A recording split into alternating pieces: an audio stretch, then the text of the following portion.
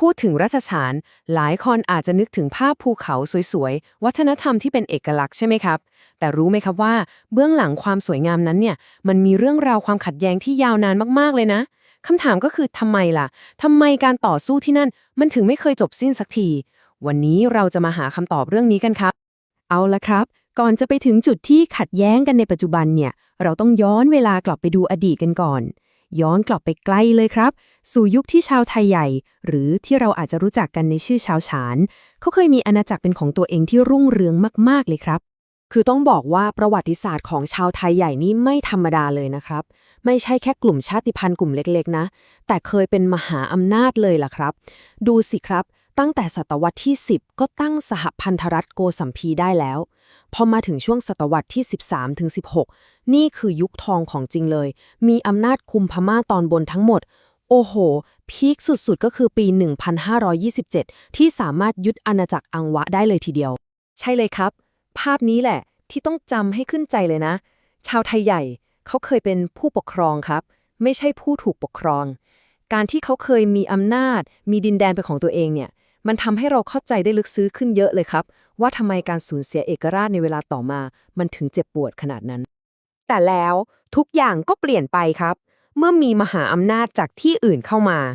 การมาถึงของยุคอาณานิคมเนี่ยแหละที่จะเข้ามาเปลี่ยนชะตาของภูมิภาคนี้ไปแบบตลอดกาลเลย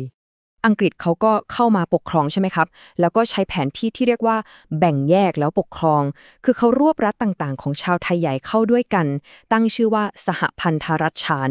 ซึ่งถามว่าให้อิสระไหมก็ยังให้เจ้าฟ้าท้องถิ่นปกครองกันเองอยู่นะครับแต่สุดท้ายก็อยู่ภายใต้การควบคุมของอังกฤษอยู่ดีมันคือการเปลี่ยนโครงสร้างอำนาจครั้งใหญ่เลยล่ะครับที่ส่งผลมาจนถึงทุกวันนี้ทีนี้พอเวลาผ่านไป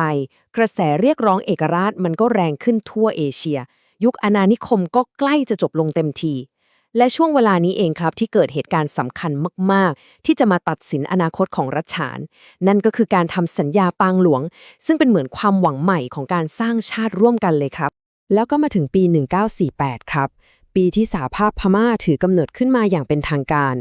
ซึ่งรัชฉานก็ตัดสินใจเข้าร่วมด้วยนะครับแต่การเข้าร่วมครั้งนี้มันมีเงื่อนไขสำคัญมากๆอยู่ข้อหนึ่ง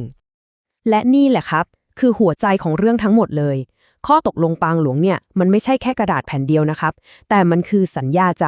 ที่ให้สิทธิ์รัฐฉานในการแยกตัวเป็นเอกราชได้คือพูดง่ายๆว่าถ้าอยู่ด้วยกันแล้วไม่โอเคก็แยกทางกันได้นะมันคือพื้นฐานของความไว้ใจซึ่งกันและกันเลยครับแต่ก็นั่นแหละครับความหวังดีๆมักจะอยู่ไม่นานคำสัญญาที่เคยให้กันไว้ดิบดี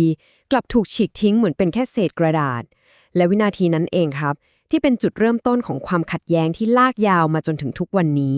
จำปีนี้ไว้ให้ดีเลยครับปี1962ปีที่เปลี่ยนทุกอย่างไปตลอดกาล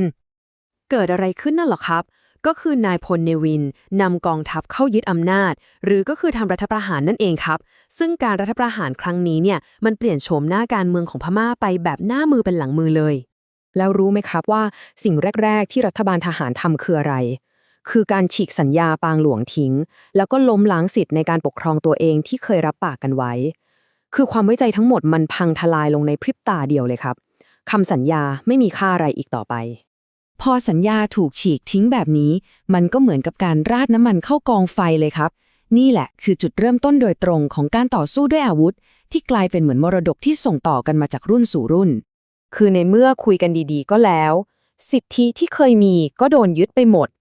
ชาวฉานก็รู้สึกว่าพวกเขาไม่มีทางเลือกอื่นแล้วครับก็เลยต้องจับอาวุธขึ้นมาสู้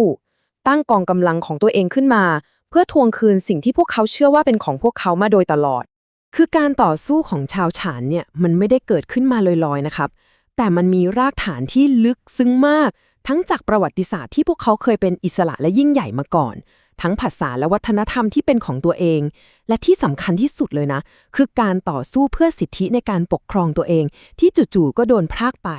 เรื่องทั้งหมดที่เล่ามาเนี่ยครับมันก็พาเรากลับมาสู่คำถามใหญ่ที่ยังไม่มีคำตอบว่าในดินแดนที่เต็มไปด้วยบาดแผลจากประวัติศาสตร์แบบนี้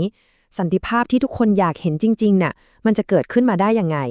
นี่คงไม่ใช่คำถามที่จะตอบกันได้ง่ายๆเลยนะครับแต่ก็เป็นสิ่งที่เราทุกคนอาจจะต้องช่วยกันคบคิดต่อไป